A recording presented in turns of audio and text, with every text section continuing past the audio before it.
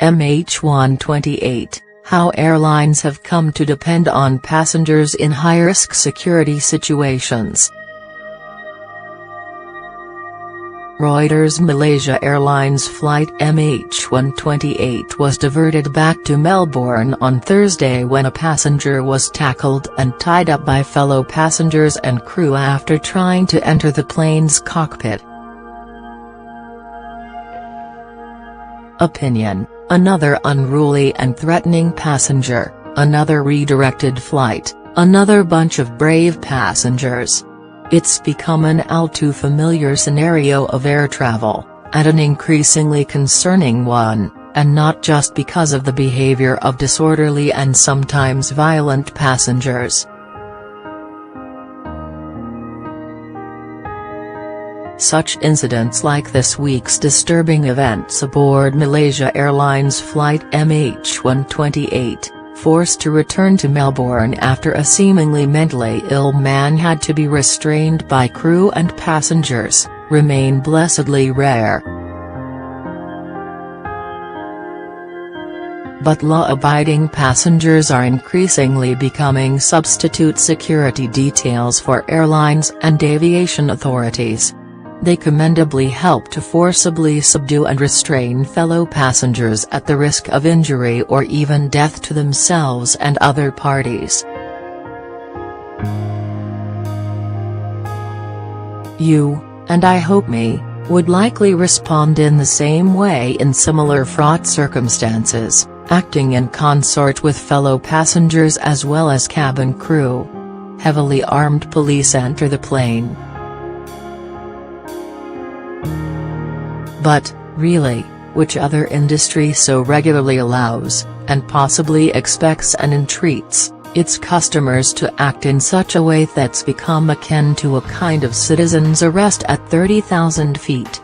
A citizen's arrest is, after all, a notoriously legal grey area on terra firma, but seemingly less so in the air.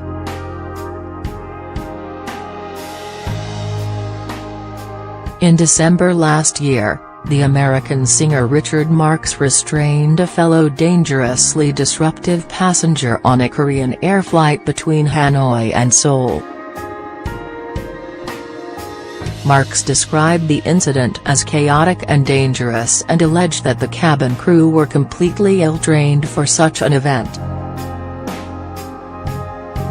Flight MH128 passenger Andrew Leoncelli tried to help staff contain a man as he allegedly threatened staff on Malaysia-bound flight. They were clueless and not trained as to how to restrain this psycho, and he was only initially subdued when I and a couple of other male passengers intervened, he said. Korean Air should be sanctioned for not knowing how to handle a situation like this without passenger interference. Such courage exhibited by passengers intervening in such adverse events can probably be traced to the nothing to lose intervention by those aboard United Airlines Flight 93 on September 11, 2001. Passengers were thought to have bravely fought back against the Islamic terrorist hijackers aboard.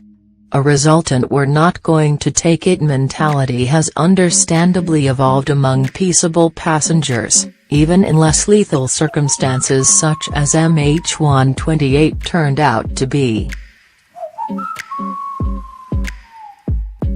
But what's the solution? It's impossible, or is it?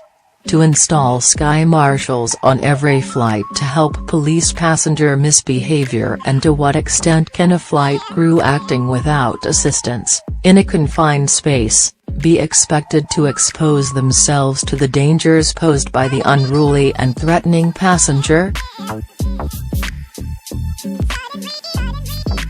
In an Australian Government and Australian Institute of Criminology report, responding to unruly passengers, the Australian context, published last year, the problem is described, given the huge volume of passengers flown by airlines each year, as a small but consistent issue.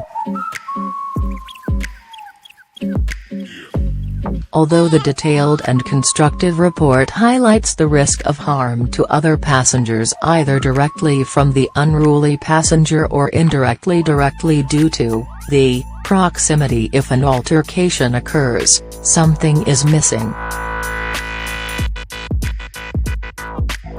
There is no real discussion of the dangers and consequences for fellow passengers deciding or being asked to forcibly intervene in the event of an onboard unruly and threatening passenger. Surely it can't be long before someone is seriously injured or killed in one of these high-altitude fracas, or at least is charged with applying excessive force in the carrying out of such an act. There must be a better way, but it will be a difficult solution to formulate and enact.